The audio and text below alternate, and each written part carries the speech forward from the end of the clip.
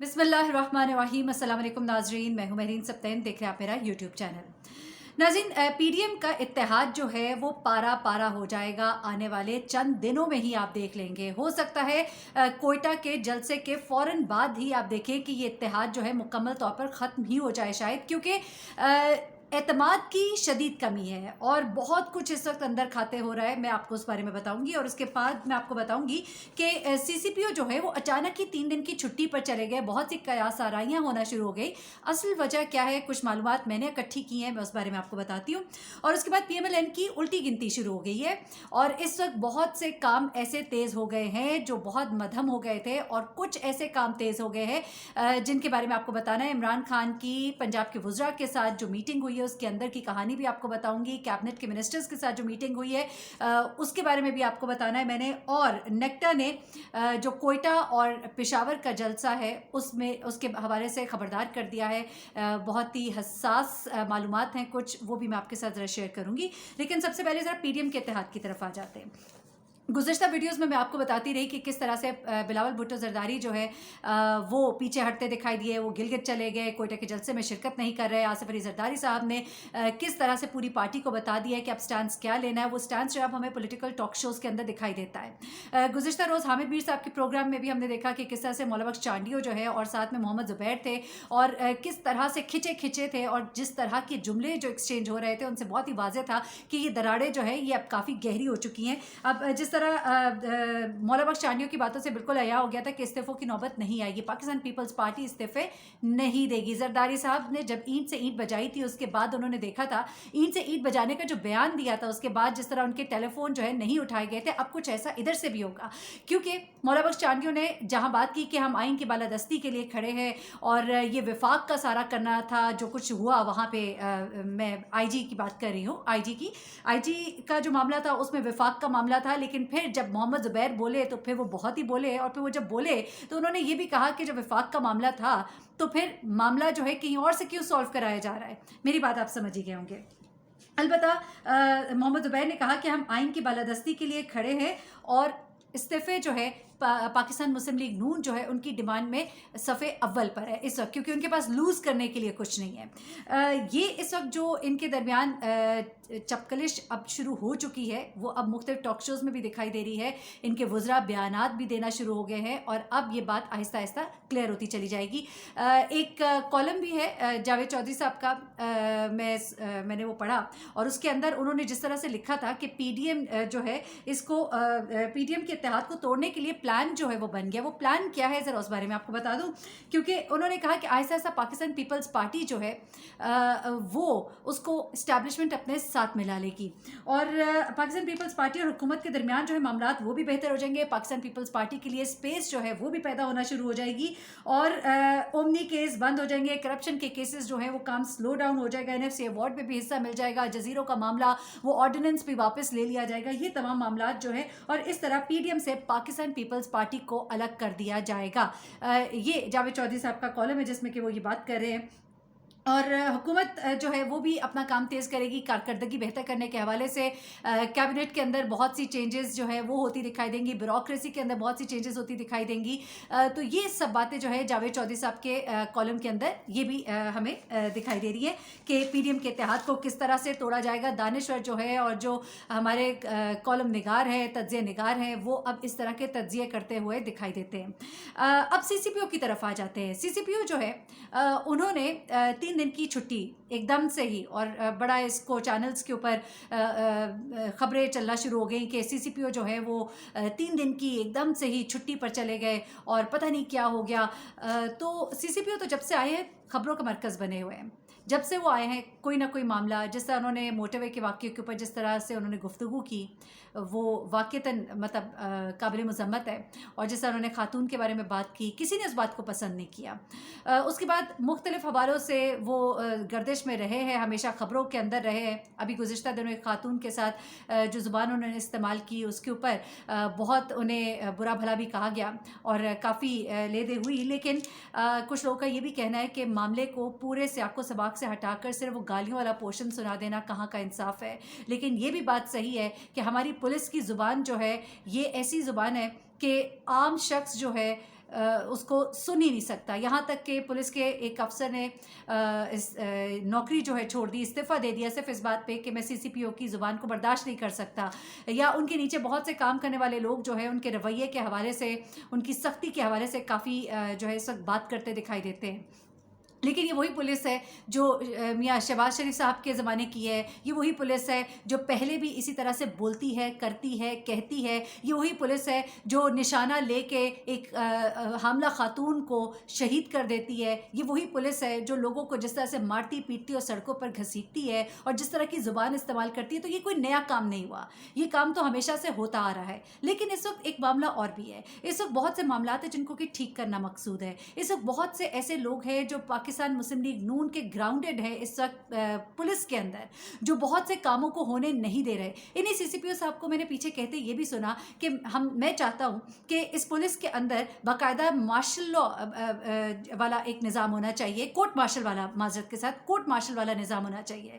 تو معاملات بہت صحیح ہو جائیں گے, بہت سے لوگ صحیح ہو جائیں گے. اور پھر یہ جو اتنے پوتڑوں کے بگڑے ہوئے ہیں ان کو صحیح کرنے کے لیے پھر سخت زبان کی بھی ضرورت ہے, بہت سی سختیوں کی بھی ضرورت ہے. اور اس سختی کو اس وقت نہ صرف یہ کہ ریزسٹ کیا جا رہا ہے کیونکہ وہ عادی نہیں ہے, جو نیچے ان کے سٹاف موجود ہے وہ عادی نہیں ہے اس طرح کی سختی کا. وہ عادی ہے کہ اس طرح کے کام مل جل کر کرتے ہیں اور کرواتے ہیں.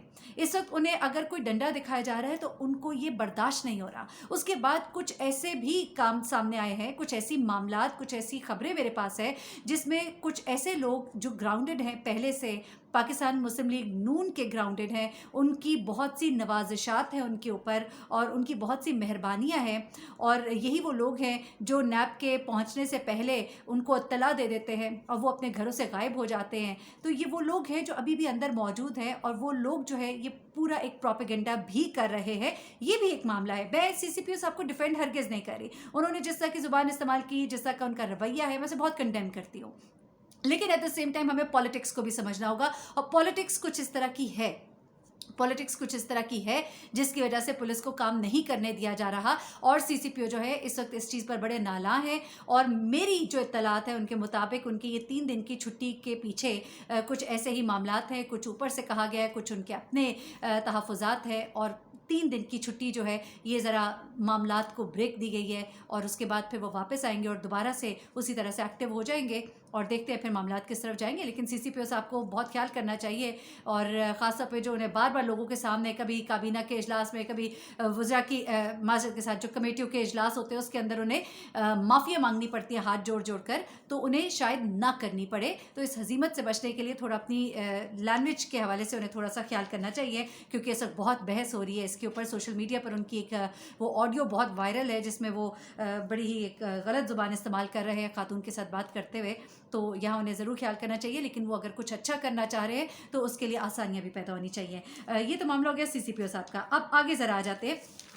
اگلا جو معاملہ ہے وہ الٹی گنتی جو شروع ہو چکی ہے پاکستان مسلم لیگ نون کے لیے, اس حوالے سے میں نے آپ کو بڑی خاص خبریں دینی ہے, کیونکہ عمران خان تو کافی ایکٹیو ہے.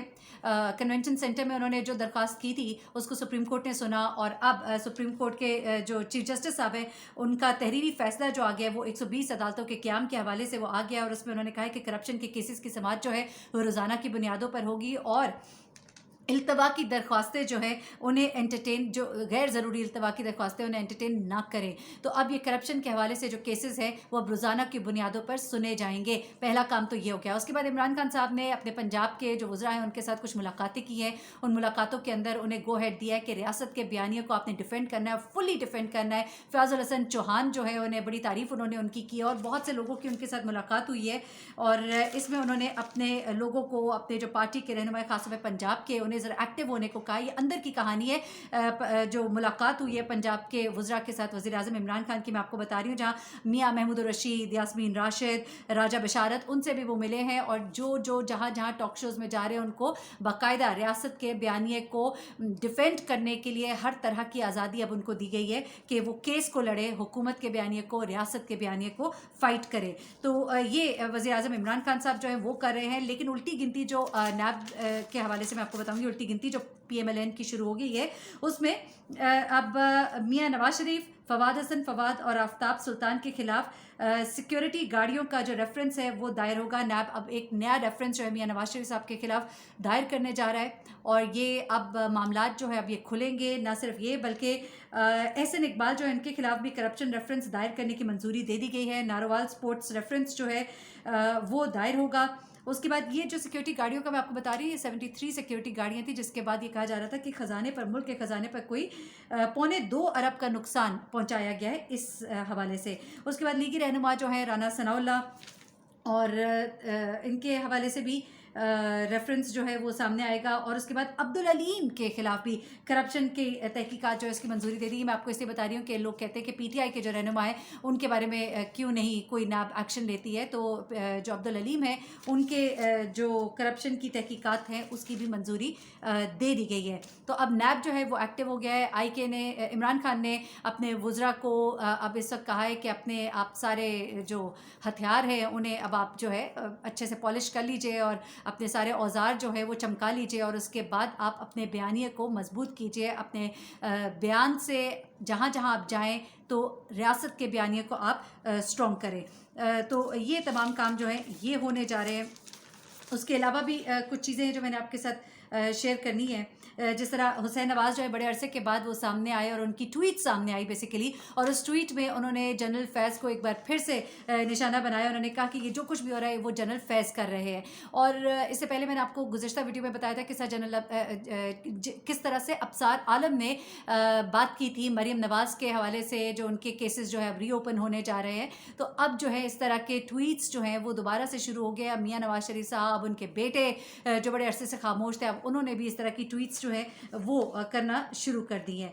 तो ये सब कुछ है, लेकिन वाक़तन ऐसा होने जा रहा है मरीम नवाज़ के हवाले से भी। और ये सारे केसेस जो है अब वो जो उन्हें थोड़ा उनके साथ ताउन किया जा रहा था वो ताउन सारा ख़त्म होगा और जो बाकायदा तरीक़ाकार है उसके मुताबिक अब उन्हें केसेस को फेस करना पड़ेगा। शहबाज शरीफ साहब के हवाले से ये है कि ज़रूर उनको B कैटेगरी जो है वो दे दी गई है जेल में, और अब उन्हें कमरा भी मिलेगा, बिस्तर भी मिलेगा, अखबार भी मिलेगा, TV भी मिलेगा, घर से खाना भी आएगा, और वो अपनी मुलाकातें जो हैं वो शायद वहाँ पर कंटिन्यू करेंगे जो ख़ास मकासद के लिए वो पहले नैब की जब तहवील में थे तब भी कर रहे थे, और अब जेल में भी वो इस तरह से ये सब कुछ करेंगे। और सबसे आखिर में नेक्टा ने पेशावर और कोयटा के जलसों के हवाले से थ्रेट अलर्ट्स जो हैं वो जारी कर दिए हैं। और नेशनल काउंटर टेररिज्म अथॉरिटी है जिसका ये कहना है कि TTP जो है उसने दहशतगर्दी का बाकायदा मंसूबा बना रखा है और बम और ख़ुदकुश धमाकों से सियासी और मजहबी क़यादत को निशाना बनाया जाएगा। बहुत थ्रेट्स है, और आपको याद होगा कि बलूचिस्तान का ये इलाका है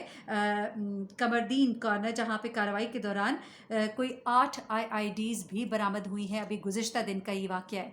तो थ्रेट अलर्ट्स हैं ख़ासतौर पे कोयटा और पेशावर के हवाले से, और वो अनासर जो इस वक्त बहुत मुतहर्रिक है, और हमारे हमसाय मुल्क भारत से जिस तरह की इस वक्त दरअंदाजियाँ की जा रही हैं उसमें ये एलिमेंट्स जो हैं ये बहुत ज़्यादा इस वक्त एक्टिव हुए हुए हैं। TTP के हवाले से ये थ्रेट्स इस वक्त मौजूद हैं। तो सब अपना बहुत ख्याल रखिएगा। मुझे महरीन सप्तैन को इजाज़त दीजिएगा, अपनी दुआ में मुझे भी याद रखिएगा। अल्लाह हाफ़िज़।